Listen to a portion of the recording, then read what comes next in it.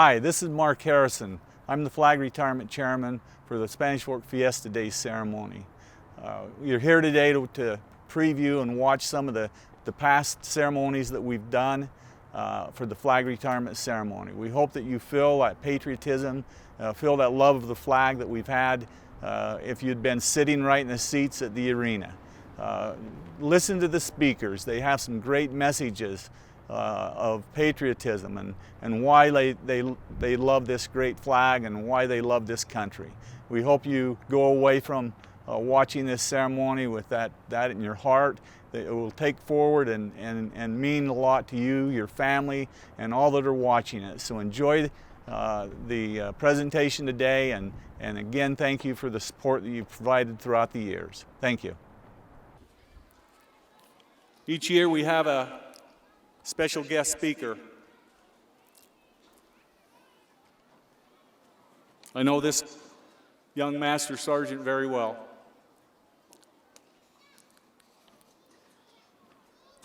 He is a lifelong Spanish Fork resident, graduating from Spanish Fork High School and attending the Utah Valley University. Master Sergeant Harrison attended basic training and advanced training in 2002, and also went through airborne training after he finished that at Fort Benning, Georgia. He has been assigned in many positions during his career as a medical supply sergeant, a federal technician at our pay branch, and in 2004 he went active duty with the Utah National Guard and was assigned to the 19th Special Forces. In 2007, he transferred to their group support company, where he stood up the first functional National Guard Medical Supply Office. His military education includes basic airborne training, static line jump master school, his non-commissioned officer courses. His awards include the Joint Service Commendation Medal, Army Service Medal, Army Commendation Medal, Army Achievement Medal, Good Conduct Medal, and many more.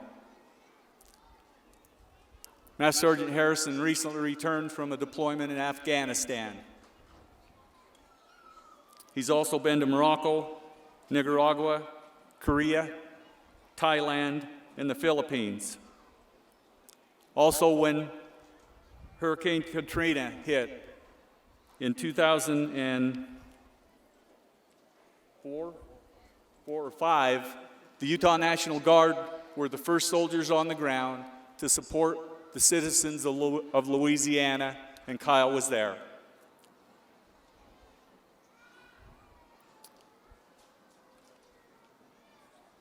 Like I said, he just returned from Afghanistan, and that's where I called him. We were on Skype.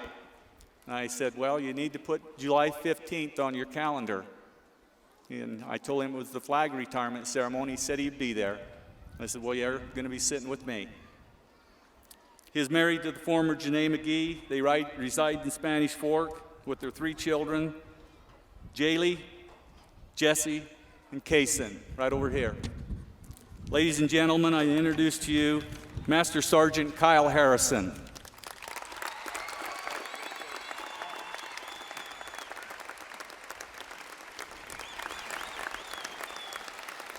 What an introduction. Colonel Atack, Colonel Jaquetta, Sergeant Major Ludlow, Mayor, City Council, other distinguished guests, ladies and gentlemen, it's an honor for me to be here and speak to you guys tonight. As my dad talked about, he called me, or we talked in Afghanistan, and I agreed, and I think I felt more fear and apprehension about this than anything I faced in the combat zone. I would like to speak to you tonight about my deployment and tie in my views on patriotism. Patriotism to me is being proud of where you're from, doing your duty to repay what you have been given, and standing for what is right, and remembering those that came before you. General Douglas MacArthur summed it up best in his speech to West Point cadets. Quote, duty, honor, country. These three hallowed words reverently dictate, need to get that up closer. All right, what you ought to be, what you can be, what you will be. They are your rallying points, to build courage when courage seems to fail, to regain faith when there seems to be little cause for faith, to create hope when hope becomes forlorn. I believe that our nation's flag is a banner that envelops the ideals of duty, honor, country. It represents our best self, and it remembers those that sacrificed before us, and gives us hope of the great things still to come. My mom and dad have always taught my brothers and I to remember who you are and where you came from. They've always been great examples of patriotism to myself, my brothers, our spouses, and our children. I consider myself to be very blessed to be able to follow in my dad, my brothers, my uncles, both my grandfather's footsteps in service to my country. I belong to a profession that when my boys are outside playing, they pretend to be me. How cool is that?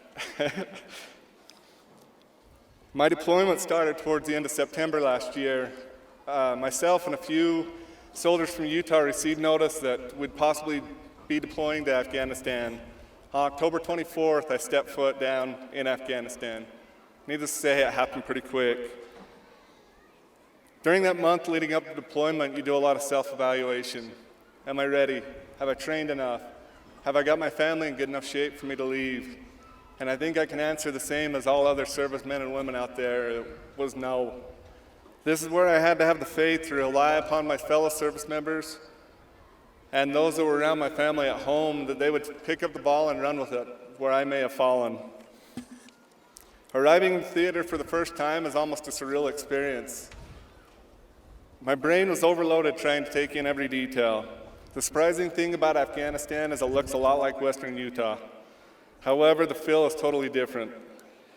You don't know what to expect. There are so many uncertainties, different culture, different customs. The air is more electric. You can feel it, and it's not a feeling of ease. A few days after arriving in Bagram, we boarded a helicopter en route to our camp, which was going to be where we would live and work from for the next 6 months. It was our Forward Operations Base, or FOB, was a small plot of land located just outside of the capital city of Kabul. It was literally about 150 yards square. As we drove onto camp from our landing zone for the first time, we saw a welcoming sight. There, centered on the camp, was our nation's colors flying high. I've been all around the world, and it's always a reassuring feeling to see Old Glory, especially so in a combat zone. I was assigned a room, and the first things that I hung up were pictures of my family and a 3-foot by 5-foot flag in my room, everything to remind me of home. Our mission in Afghanistan was to mentor, train, advise, and assist our Afghan counterparts. Each day we'd work directly with the Afghans to enable them to do the job for themselves. The Afghans are an industrious and hardworking people. If they want to get something done, they will find a way to do it. As a country, they do not have much, but they make the best with what they have. We used local Afghan interpreters that had been taught English, and they were an integral part of our mission success. I'd like to share a part of an email that I sent home regarding my interpreter. His name was Khan. I've gotten to know my interpreter, Khan, pretty well. He's a good man and a religious man. I would guess him to be in his early 40s, quick to smile and tell a funny story. He's smart and a very hard worker. As I get to know him, it makes me more thankful for all the things that I have. Khan lives in a small Afghan compound home with his wife, who is expecting their first child in February. There are also 11 other people who live with him, all of them family, including his mom. He and 2 of the other males work and combine their paychecks to make ends meet. This is a normal Afghan home life. A good salary over here is around $400 per month. The unemployment rate right now is about 70%. Khan was awakened last night by an explosion from one of the many suicide attacks that happen over here. On his way into work a few months ago, he had a vehicle pass his taxi and blow up an Afghan National Police truck within 100 yards of him. Just another day on your way to work in Kabul. Like most Afghans, though, he's trying to get his family and himself to the United States to try and achieve a better life for them. He's had to take a few vacation days to travel to find a good dentist for his pregnant wife. Healthcare is a whole different story over here. Hospitals will give referrals to illegitimate doctors outside so they can receive kickbacks. It makes you thankful for all that we have. That's the end of my email. Our training area was slightly uphill away from our camp. Each day we would return from training with the Afghans, and we had to travel slightly downhill back to camp. The slope was not enough to overlook into our camp, but it was enough that we could see our nation's flag flying proudly, showing us the way back home. There were several times that I was struck by the words that I heard Colonel Steve Wilson speak from this stand a few years ago. He spoke of seeing the flag in Vietnam and knowing that where it was, so was safety and comfort. I can echo similar feelings myself. Where the flag was, so were fellow Americans. We may have been in a combat zone, but that flag signaled comfort and strength. Our camp was located very closely to a major highway that was a known avenue used by the insurgents. These are the people that wanted to do bad things to the Americans and the Afghan government. Our nation's flag flew proudly beside and slightly above an Afghan national flag 150 yards off that highway. They let all who saw it know that we were in this fight together. Some would have looked at it as a security risk to expose our location like that. We proudly view it as our little piece of the U.S. soil. President Calvin Coolidge said, quote, "We identify the flag with almost everything we hold dear on earth: peace, security, liberty, our family, our friends, our home. But when we look at our flag and behold it emblazoned with all our rights, we must remember that it is equally a symbol of our duties. Every glory that we associate with it is a result of duty done," close quote.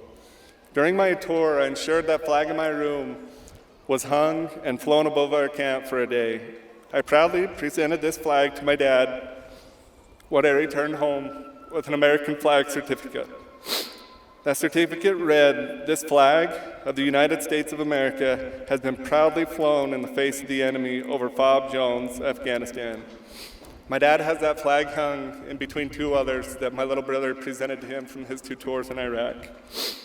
A few months into our deployment, I had to travel back up to Bagram to take care of some business. While I was up there, I was honored to be part of a memorial ceremony for Sergeant First Class Michael Cathcart. Sergeant Cathcart paid the ultimate sacrifice while serving his country.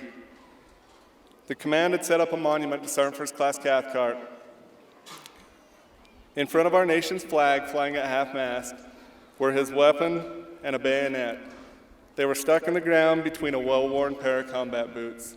Placed on top of the weapon was his combat helmet and his dog tags. Every service member in camp came out quietly and somberly, took and hit the monument, and paid their last respects to a fallen warrior.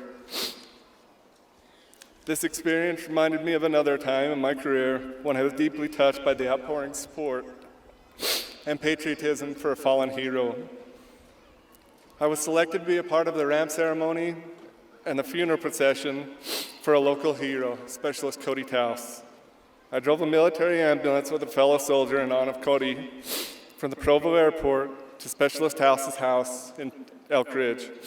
The entire route was covered with flags and signs of support from the community for Specialist Taus, his family, and the military. The outpouring support from the Utah County community brought such feelings of pride and gratitude that my co-driver and myself fought back tears. The state of Utah is an awesome place. Our time came to be relieved, and we started to make our journey home. Our little group stepped aboard a C-17 airplane, and 2 days later, with layovers, stepped foot on a U.S. soil. Words cannot express the feelings of humbleness and thanksgiving that are felt when you finally arrive back in the United States. It was evening in North Carolina. When we arrived, the sun was setting behind the Carolina clouds. The beauty of the sunset matched our elation of being back in the United States. You cannot help but feel overcome with a sense of comfort, joy, and gratitude. We walked off the tarmac and headed into a hangar. A few soldiers from Utah were there to meet us with a dozen Little Caesars pizzas. Cheap pizzas never tasted so good. About 4 days later, we boarded an airplane bound for Utah. I've never been more excited for anything in my life. I was glued to the window of the airplane as we came down the Wasatch Front back into Salt Lake City. The thought of being so close to home and to loved ones was overwhelming. Dorothy said it best when she said there's no place like home. The ones that were there to meet us at the airport were our true personal patriots. They are the ones that stood strong and sacrificed while we were away. They say the hardest job in the military is a military spouse. I don't think you will meet anyone more patriotic than a military family member. They understand and know what patriotism costs. And I feel that I need to say right now that the same can be said for all of our public servants out there. Our police officers, our firefighters, our EMS crews, and others that sacrifice for the community. How many of their families have gone without because their family member was out serving others? They and their families go without so that others may be taken care of. There are so many people in this community that took care of my family while I was away. I will be forever grateful to all of you. That is what makes this community so great. So many of you are willing to help those around you. So many of you are willing to sacrifice yourself for the betterment of others. I want to close by asking all of you to be teachers of patriotism to those around you.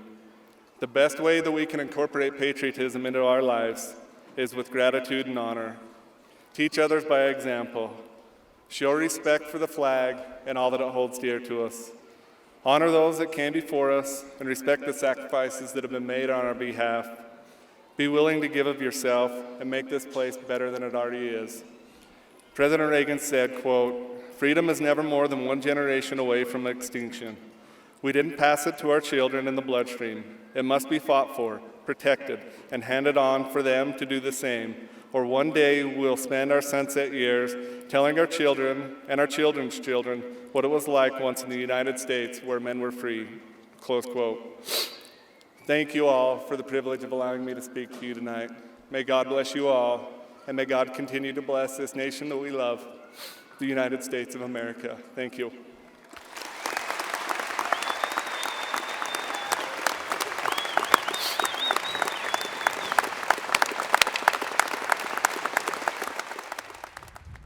You'll have to bear with me for a moment.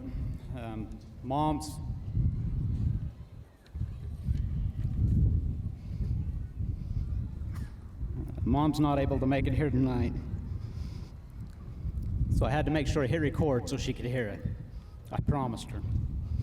Thank you, Mayor Leifson, council members, Fiesta Days Committee, and the great citizens of Spanish Fork for the opportunity to be here. I'd like to start by thanking each and every one of you for your attendance tonight. I know some of you, well, at least my sister, traveled hundreds of miles to be here. Your being here and sharing this with your family means more to those of us in uniform than you'll ever know. Mark Harrison asked me to come tonight to share with you what the United States flag means to me. I've struggled for weeks now, trying to figure out just exactly how to put that into words.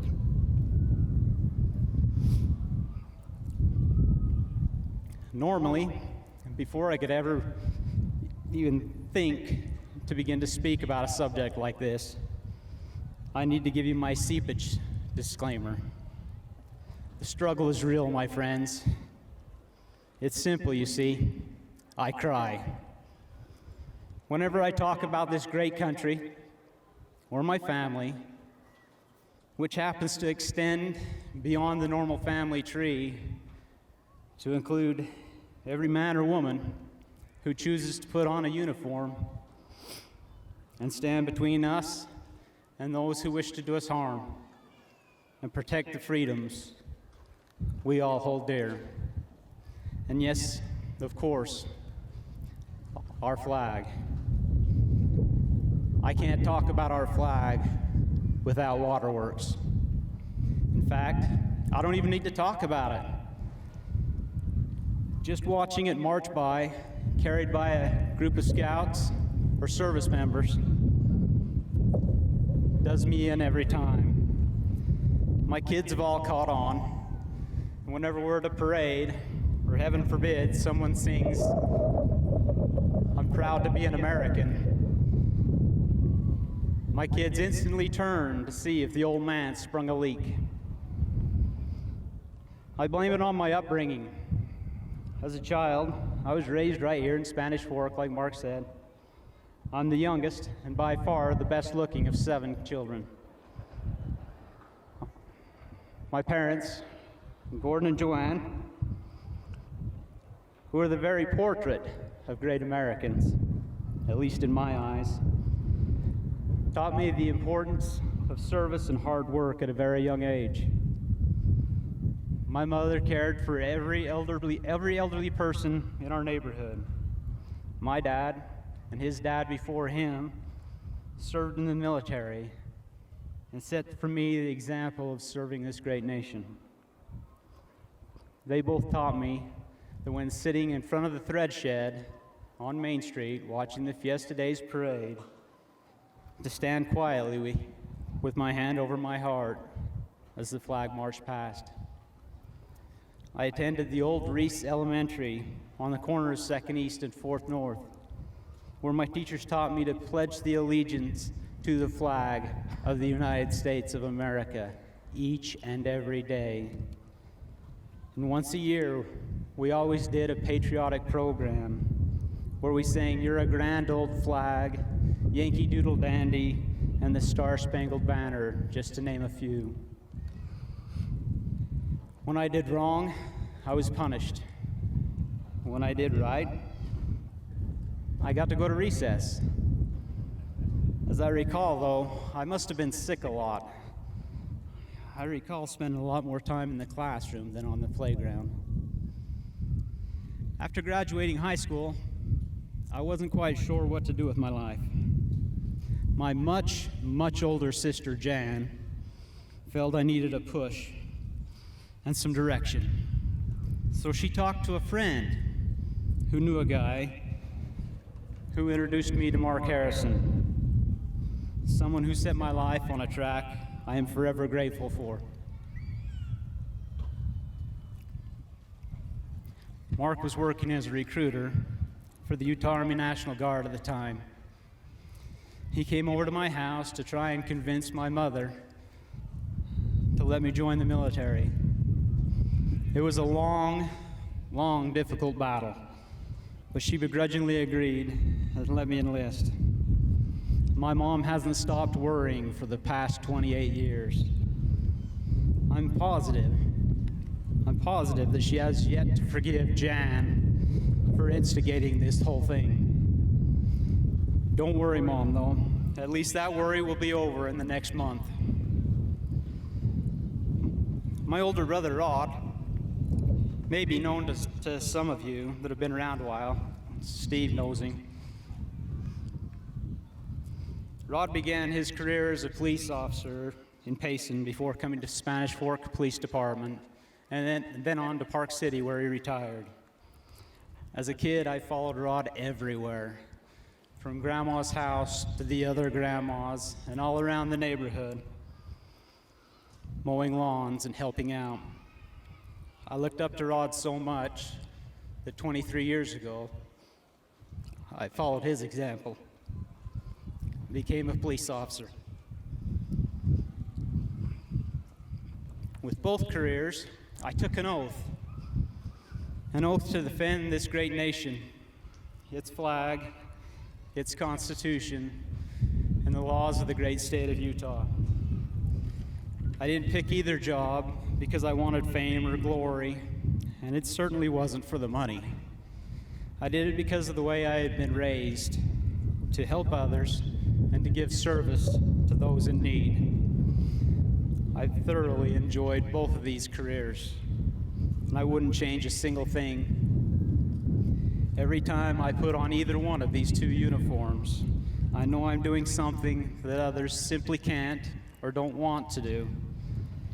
And I get to do it alongside some of the greatest Americans you could ever meet. Most are common folks just like me, but they all share the same love of this flag and all that it represents. Don't get me wrong, the past 28 years have not been easy. I've seen some terrible things.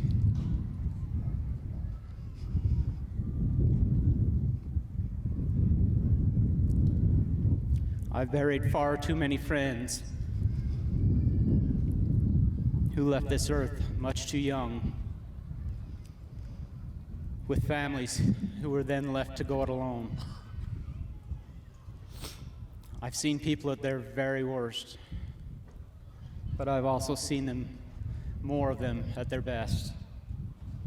With each and every experience, good and bad, with each flag-draped coffin, my love of this flag and this country has grown exponentially.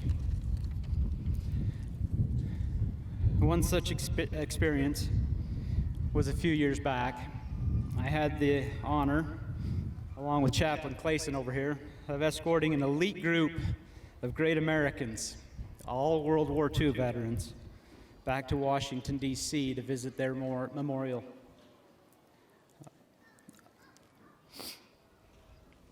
Among the heroes were my dad, Gordon, my wife's grandfather, Robert Lucas, also from Spanish Fork, and Richard Banks, my uncle from Spanish Fork. It was an incredible time talking with this group of men and women and hearing of their experiences. I've left my family and deployed 3 times for about a year each time. Besides the obvious worries, one of the biggest hardships always seemed to be about whether my internet was working. These great men and women who fought for our country so long ago sometimes would go months without so much as receiving a letter. The deployments for some of them were several years long. After visiting the World War II Memorial, the group was taken to the Arlington National Cemetery. Now, I visited Arlington a bunch. It's really one of my favorite places to go. But none have been like this experience. Think about this group. All of these folks are in their late 70s, 80s. And you know how some older people, no offense, just tend to say what's on their mind and when they want to say it. But not during this visit.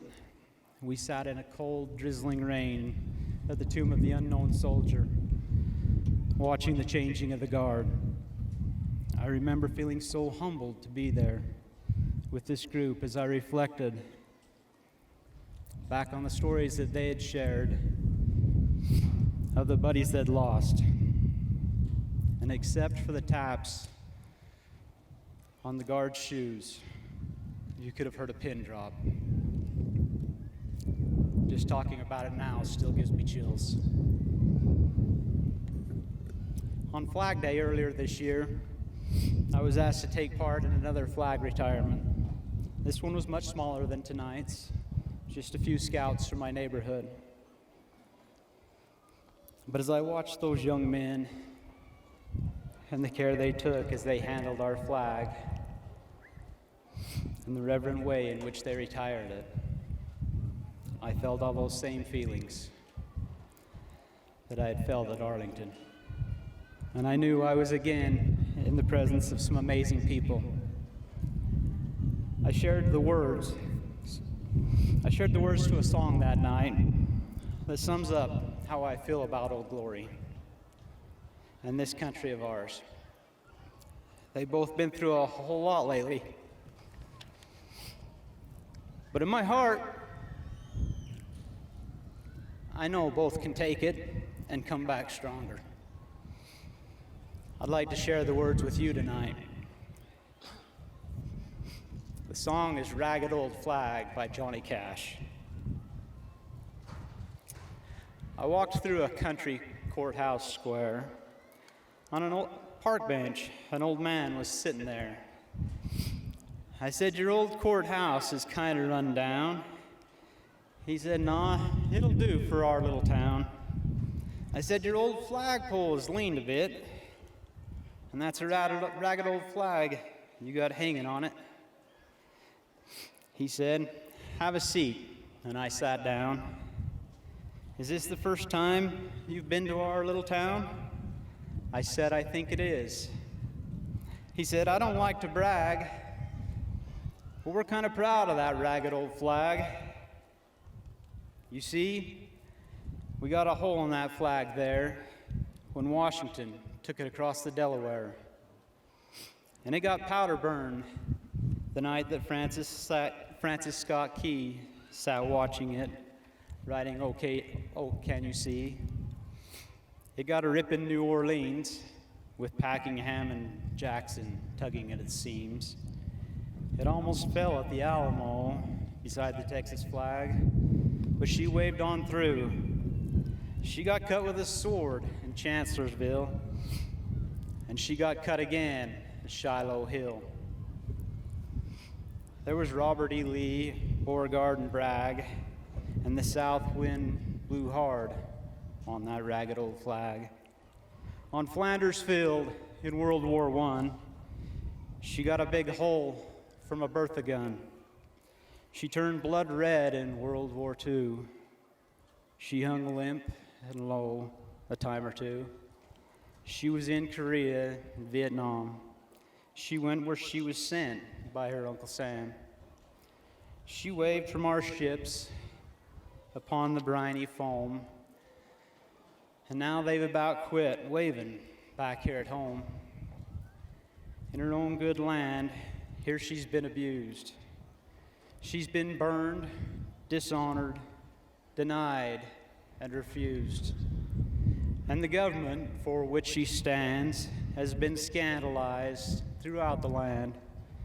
And she's getting threadbare and she's wearing thin, but she's in good shape for the shape she's in, because she's been through the fire before, and I believe she can take a whole lot more.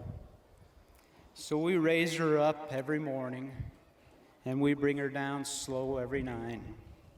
We don't let her touch the ground, and we fold her upright. On second thought, I do like to brag,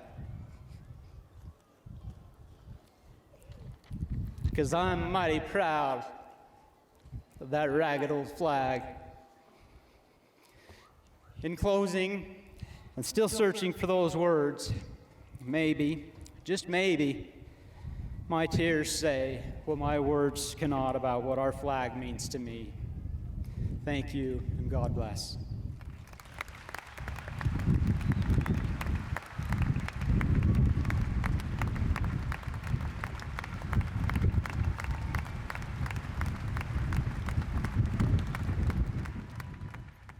There's something very important that I need to do for my friend Mark before he sits down.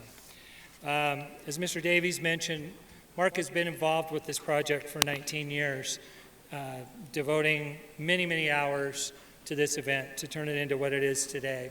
In addition, since his retirement from the Guard, Mark has served as a principal liaison between our employers and our Guardsmen and their families to help them maintain that balance between their work and their military careers. He's most recently taken an assignment as a Veterans Employment Specialist, helping our Guardsmen and our veterans find employment so they can be successful in their civilian lives.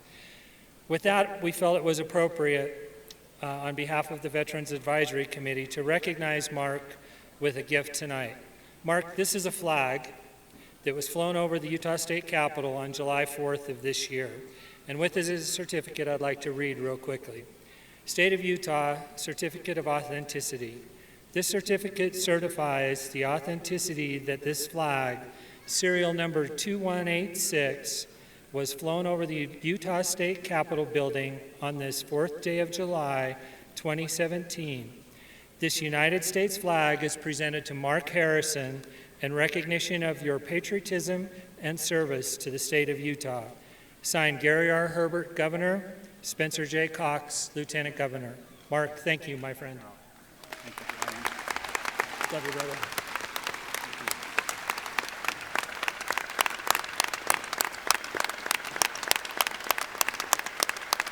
Don't ask me to speak again. Thank you. You're welcome.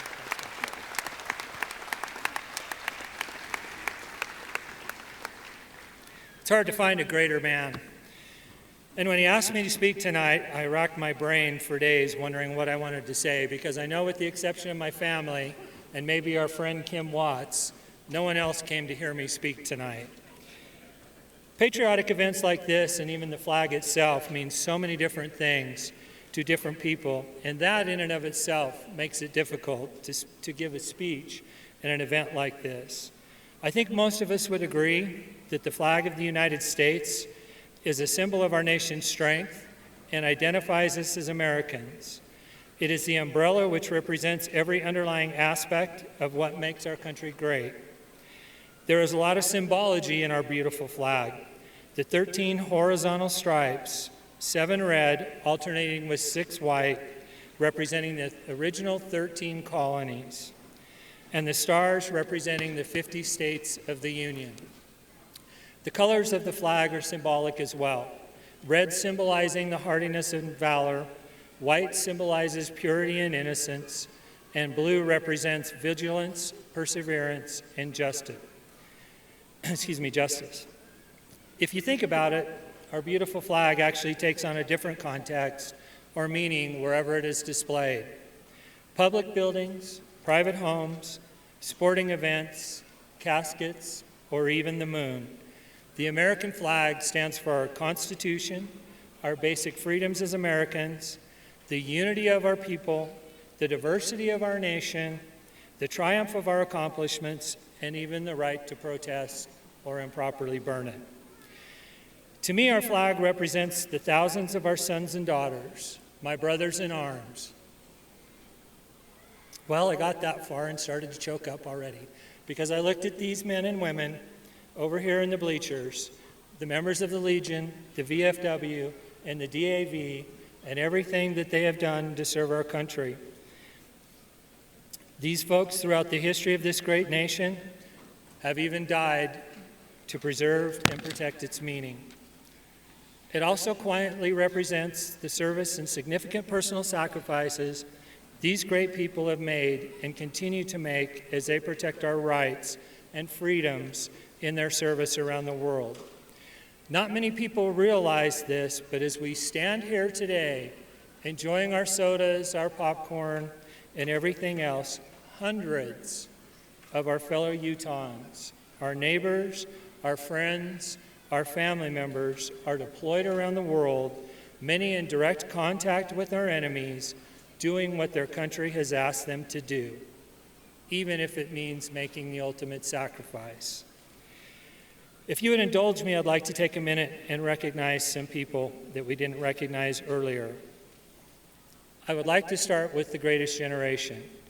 Could I have those individuals, those service members that served during World War II, please stand or wave your arms.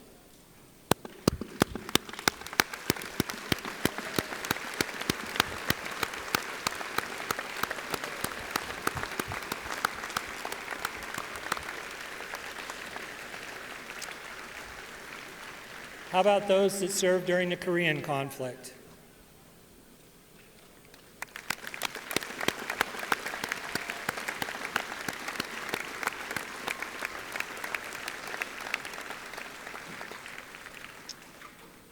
There's another group of heroes that I personally don't think we have ever done an adequate job of recognizing, and that is our Vietnam-era veterans. It was a different time and place when they came home.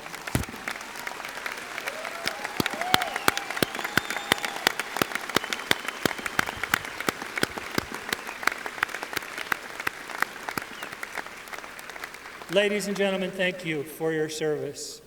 And I think on behalf of all of us, I can safely apologize that you didn't receive the homecoming that many these days do. There's also one more group I want to recognize, and that is our families. The service members may wear the uniform, but the families also bear a significant burden. Deployments, time away from family, vacations canceled, financial pressures, and the time spent worrying, hoping, and praying their loved ones come home unharmed. Could I ask all the families, the spouses, significant others, parents, siblings, and children of our service members and veterans to please stand and be recognized for their service.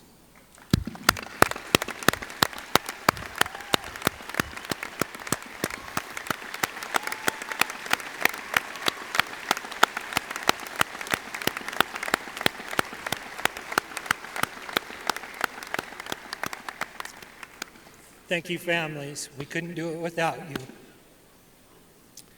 Even though I'd served in the military for a good 15 years prior to the events of September 11th of 2001, it wasn't really until those horrific events that the flag took on a deeper and more personal meaning to me. I remember watching the events on TV that day and feeling a multitude of emotions: sadness, fear, and anger. But the thing I remember making it all feel somewhat better was when I got home that night, I got pissed off, pulled out my flag, put it in the pole in front of my house where it hung for many years. Sadly, until that day, the flag on the front of my house only came out during patriotic events, or when the Boy Scouts put them up in the park strip. In the hours and days that followed, I noticed my neighbors and others doing the same. Everywhere you looked, there was a flag, standing tall, unbending, a symbol of hope, a symbol of pride, a symbol of unification. I remember the image of the firefighters. Gentlemen, thank you. The symbol of the firefighters hosting the tattered flag above Ground Zero and the emotions it evoked.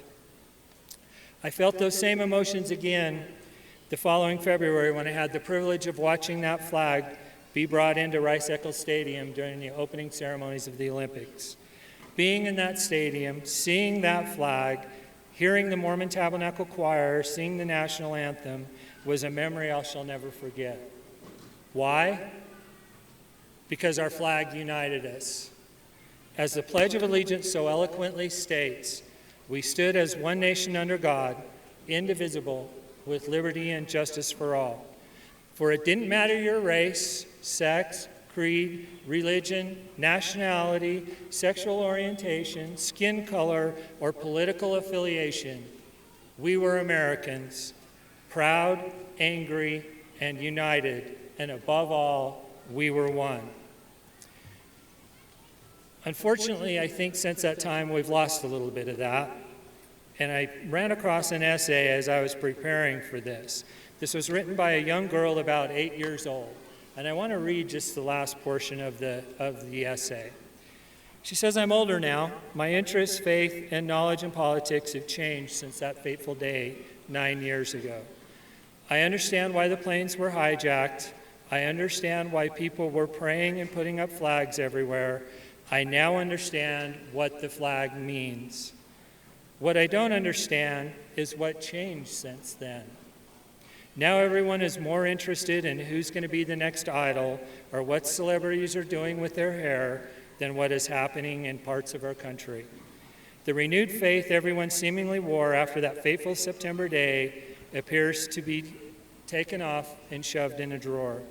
Once proud Americans refuse to acknowledge the bloodshed for our country and the heroic heroic veterans still in the midst of war are ignored by some. The stars and stripes will hang limply if there's no patriotism to wave it free." She goes on to ask, how long will our country last if no one will wave our flag? Our flag means so much to me. It's a symbol of pride to our citizen, envy to our allies, fear to our enemies. But how long will it last alone if no one stands with it? Our flag is still here, but will it remain? Pretty powerful for a teenager, don't you think? As I read Sharon's words this morning, it struck me that I too have stopped waving our flag and slid back into the mode of waiting for the Boy Scouts to put my flag in the park strip on patriotic holidays. I'm here to tell you that ended today. As I wrote this speech, I couldn't focus on what I was going to say because I was so bothered over the fact that I didn't have a flag in front of my new house. Stopped what I was doing, went to the hardware store, bought one, and put it up in front of my house, where it will stay forever, as long as I live in that house. That flag will now and forevermore stand as a reminder to me and my family every time we come and go from the place that we have the privilege of calling home. It will remind us of the sacrifice so many have made to allow me and my family to live in this great nation. I thank you for attending this evening. and helping wave our flag properly by retiring it. I would challenge each of you as you go home to seize whatever opportunities you can to wave our flag and remind others what our flag means, what it means to be Americans, what it means to live in the greatest country in the world, what it means to serve and sacrifice like these great men and women have before me. Thank you again, and may God bless America.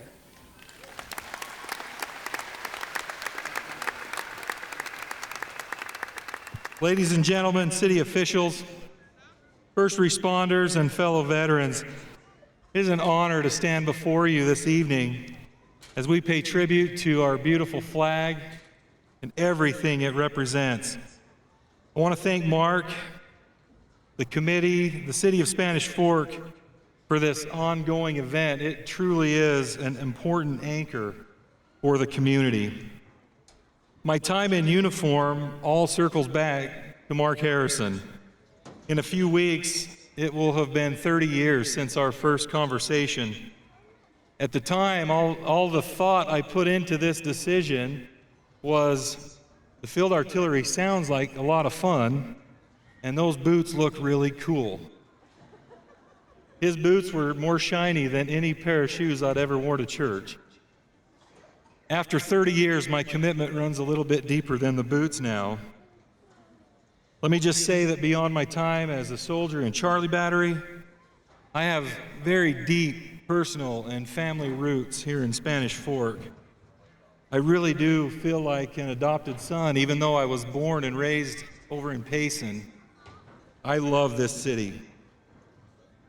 Take a look at the diversity of the veterans that you saw stand during that tribute. The precious few still with us tonight that fought in World War II answered the call when the world desperately needed them. With grit and determination and the iron will of a united effort of service members and civilian workers alike, they swiped victory from the jaws of the Axis war machine. But it was a costly victory. Over 400,000 young Americans gave their lives in that conflict. Of the 16 million Americans who served during World War II, fewer than 500,000 remain with us today, and it's estimated that more than 600 die each day. That is some sobering math. Many of the veterans with us tonight served in Korea and Vietnam. I've always been just so proud that my uncle, my mom's big brother, fought in Korea with the artillery battery from Spanish Fork, the same unit that I deployed with twice. Those who served throughout the decades of the Cold War know that with its generalized scope and its largely undefined lines, required our military to stand in a constant state of stress and readiness here at home and all throughout the world, in places like Germany or Korea, or mobilizing and leaving home during the Cuban Missile Crisis, like my father-in-law did with the 116th Engineers, then out of Springville, and now a hometown unit of Spanish Fork, just to name a few. Those of my generation were just out of high school when the veterans of Desert Storm moved quickly to stop the aggression of what truly was the strong upon the weak, showcasing spectacular new technology that we could watch on TV in real time every night, and with astounding speed and skill, they stabilized an entire region of the world by liberating a country from an occupying, ruthless and brutal dictator. So much has been said about all these noble veterans and their remarkable contributions of the past, and rightfully so. But now let me tell you about the soldiers who, as a chaplain, I have the privilege of ministering to today.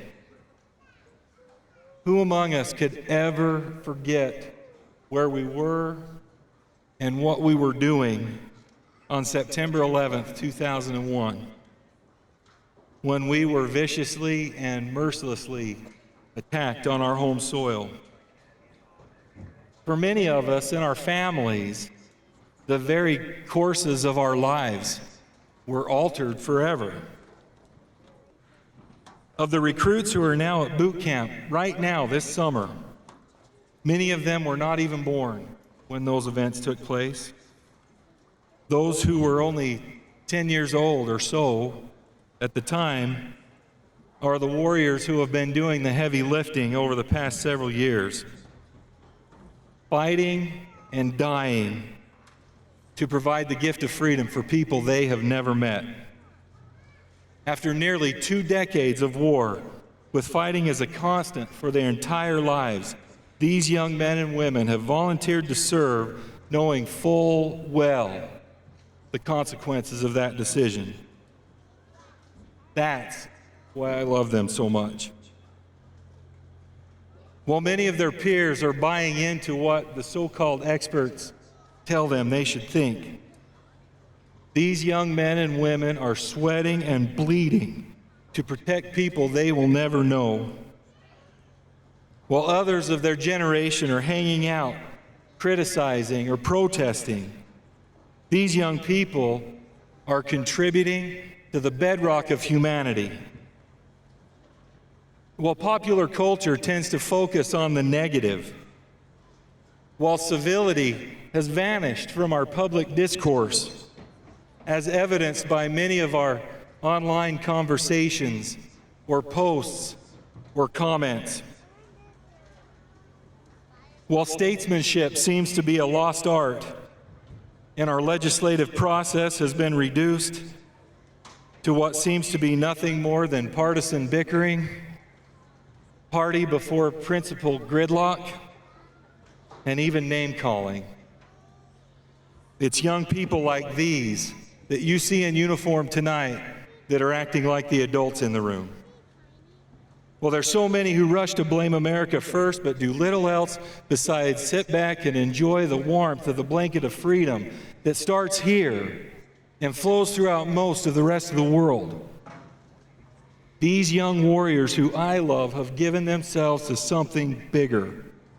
Placing personal agendas aside, they wake up and work every single day, and they are driven by words like loyalty, duty, respect, selfless service, honor, integrity, and personal courage. The global war on terrorism has been a complex and non-traditional fight, and it has come fixed with a steep price. But speaking as one who has looked our enemies in the eye, speaking as one who has seen for myself in Iraq, in Afghanistan, and in Syria, I can tell you that this is a fight we must continue, and this is a fight we must win. And it's these young people to whom the free world looks to answer the question posed through the Old Testament prophet Isaiah, "Whom shall I send, and who will go for us?"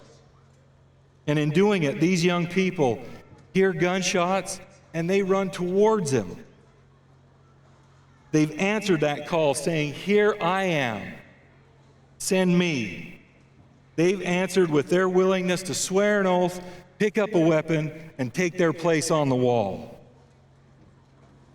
As we gather tonight, we honor the flag and what it means to us: life, liberty, the pursuit of happiness, and all who provide that for us. Those who serve simply wish to fulfill their duty and obligation and return home to their loved ones to continue their lives. So many, however, didn't make it back, giving up their tomorrows so that we could have our todays. I tell you all of this because of the unique view that I have of the sacrifices which these young people and those who love them make. Far and away the hardest thing I've done as a chaplain has been to sit with family members who have just been told that their loved one has died.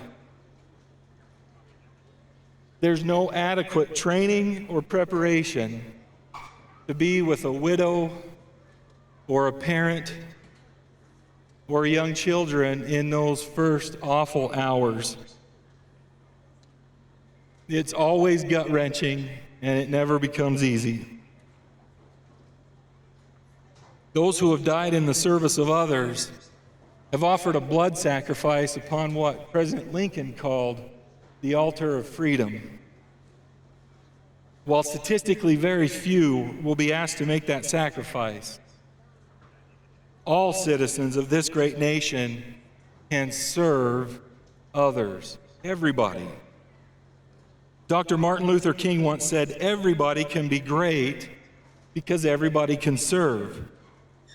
The effort of service to others is the sacrifice that we can place upon the altar of freedom. As a young boy, I faithfully watched Mr. Rogers' Neighborhood. I loved his show, and I really felt like I was his neighbor and he was my friend. He was an ordained Presbyterian minister. He championed the cause of quality entertainment for children. He once talked about how the world is a scary place, and that his mother had taught him that when he was scared to, quote, "Look for the helpers. There's always someone who is trying to help." And he found that in his experience, the world was full of doctors and nurses, police and firemen, volunteers, neighbors, and friends who are ready to jump in when things go wrong. Mr. Rogers was right. Friends, the noise of negativity is oppressive and it is distracting, but we can push it out with the good. With effort and intent, light will always overpower dark. We can all be helpers. That's where we can make a difference. Let us all resolve to be better to each other, with more compassion, to treat each other with more kindness, and to lend more helping hands. In closing, the prophet Isaiah saw a day when, quote, "They shall beat their swords into plowshares and their spears into pruning hooks. When nation shall not lift up sword against nation, neither shall they learn war anymore." As a soldier, as a chaplain, and as a father whose own son will soon be in harm's way, I cling to that belief and I wait on the Lord for that day. But until that day comes, we will continue to look for those who sacrifice themselves for their fellow men. And those that have, I know that they've taken their place in the mansions of the Lord. Thank you for God and country.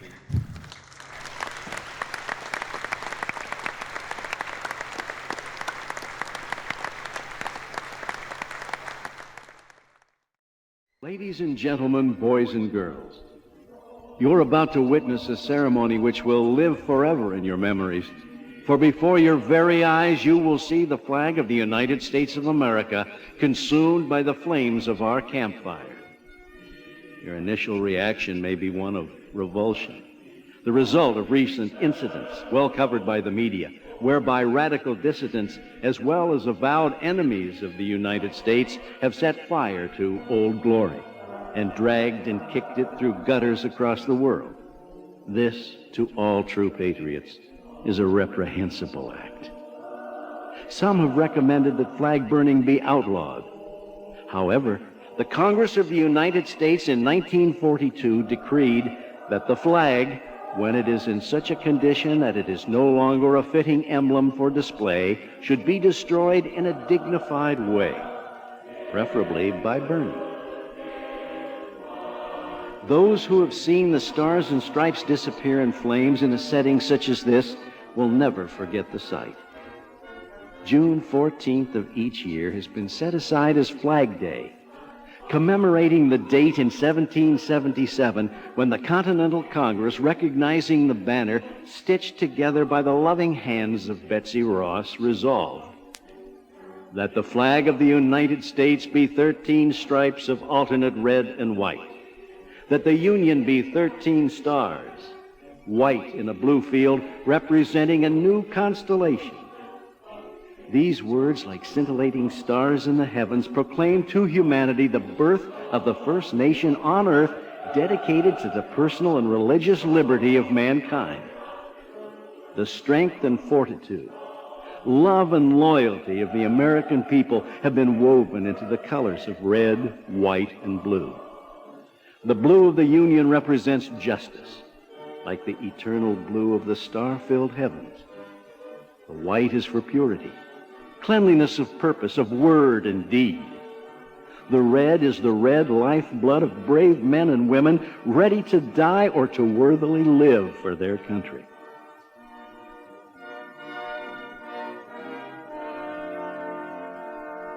Will the audience please rise?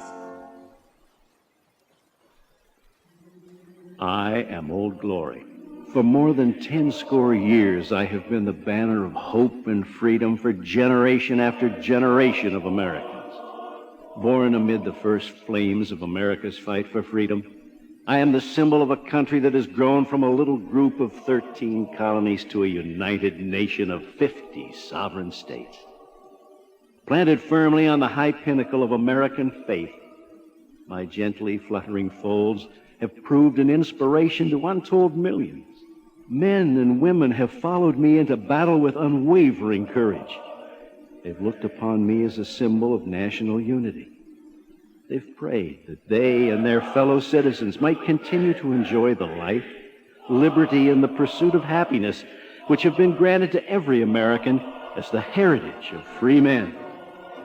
So long as men love liberty more than life itself, so long as they treasure the priceless privileges bought with the blood of our forefathers, so long as the principles of truth, justice, and charity for all remain deeply rooted in human hearts, I shall continue to be the enduring banner of the United States of America. I am Old Glory.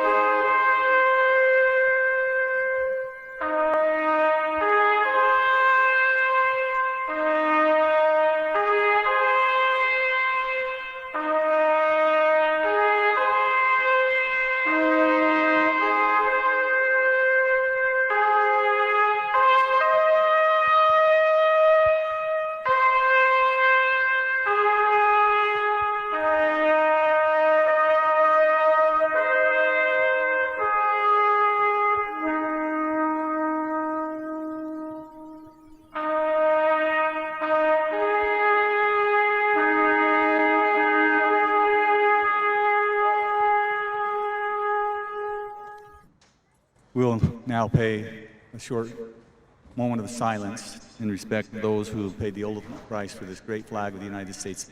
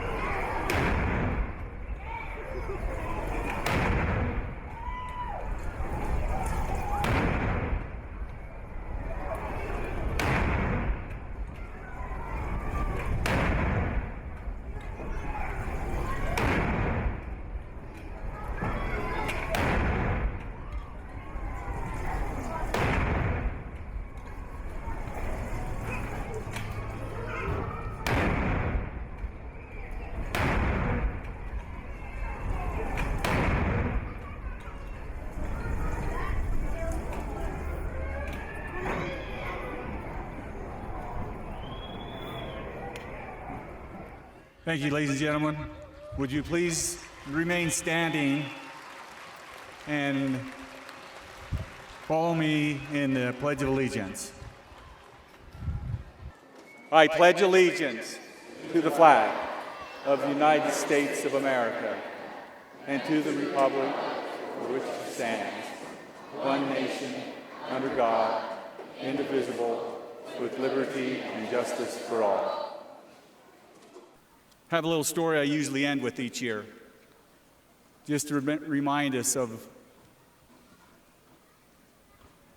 what the flag means. Remember me? Some call me Old Glory. Others call me the Stars and Stripe. I've also been referred to as the Star-Spangled Banner. But whatever they call me, I am the flag of the United States of America. I proudly state. It is something that has been bothering me, though, and I thought I should talk to you because it's about you and it's about me. I remember some time ago, I think it was a Memorial Day parade, and all the people were lined up on both sides of the street to see the parade.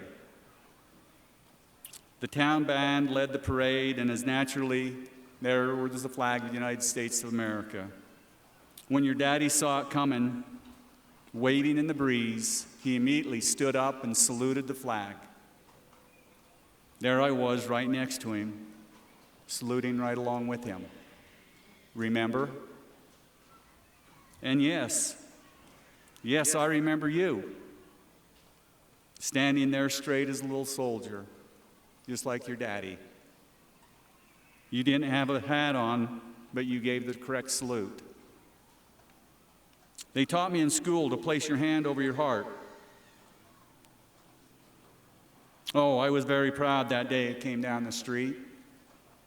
There were some soldiers on home from leave, and there they were, standing at attention, giving the military salute. Also, some veterans with their caps were saluting smartly. Ladies and well as men paid me the remembrance I deserved. Remember? Now, I may sound a little conceited, but well, yes I am, because I'm the flag of the United States of America.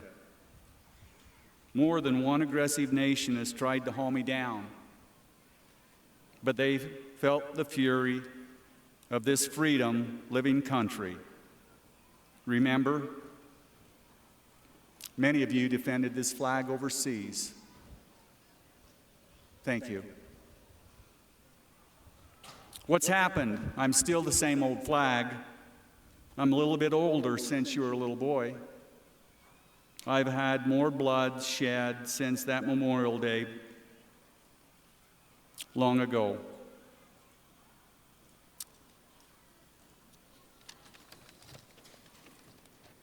But now, I don't feel as proud as I used to.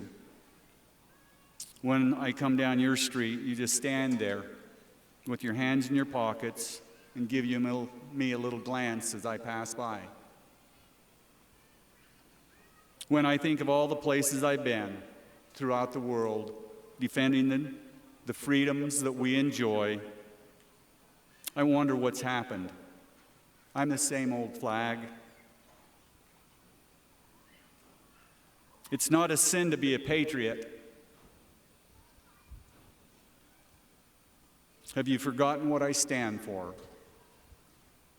Have you forgotten all the battlefields where men fought and died to keep this nation free?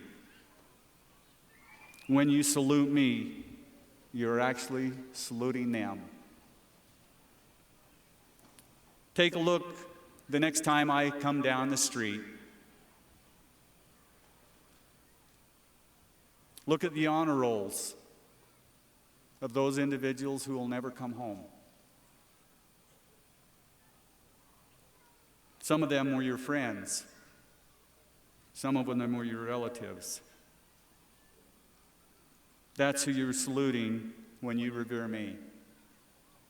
Well, it won't be long when I'm coming down the street again. So when you see me, stand straight, place your hand over your heart, and I'll be waving back at you. My salute to you, I'll show you that I remember. Thank you.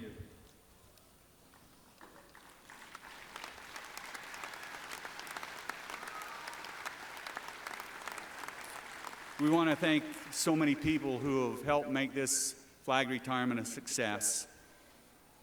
We thank Spanish Fork City. We thank the Spanish Fork Fiesta Days Committee, Nick Hanks and Landon and all the crew down here at the rodeo grounds. They do a great job to put this program on for us. We want to really thank the members in uniform here tonight, Battery C, 1st 145th Field Artillery, and all those other members, those hometown heroes. Thank you.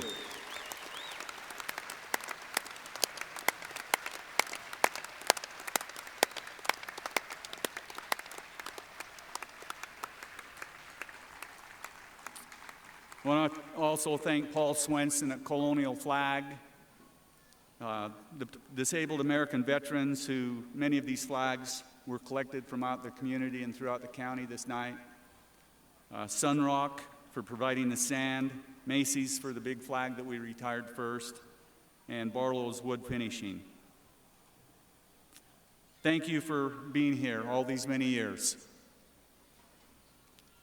Thank you for the love that you have for this great country and for this great community. May God bless this great community. May God bless you and your families, and may God bless the United States of America. Thank you.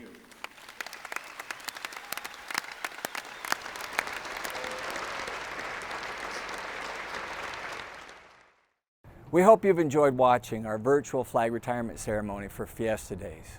As an elected official for the city of Spanish Fork, and as a veteran, a member of the United States Army, I hope that you walk away with an understanding of how great our country is, and especially the freedoms that our flag also represents.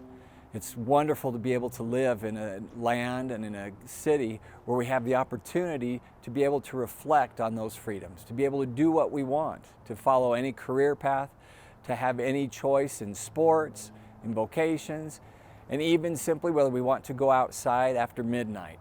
Those things are freedoms that we can enjoy in relative safety here in our country, in our state, and our community that many can't throughout the world. I hope you take with you the feelings of pride in our community, our state, our country, and especially the flag and all it represents, all those that have served our nation diligently, and those that have given the ultimate sacrifice of their lives, all symbolized with the red, white, and blue. Thank you for watching. We hope you've enjoyed it. We look forward to being with you in person next year.